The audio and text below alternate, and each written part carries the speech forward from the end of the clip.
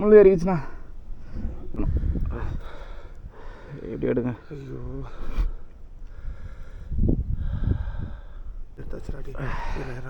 திரும்ப அங்கே போவார், அங்கே போவார். உங்கள் கையில் ஏறிக்கும், உங்கள் கையில் ஏறிக்கும். அப்படி பிடிச்சா உங்கள் கையில் ஏறிக்கும். அப்படி வைத்திடு.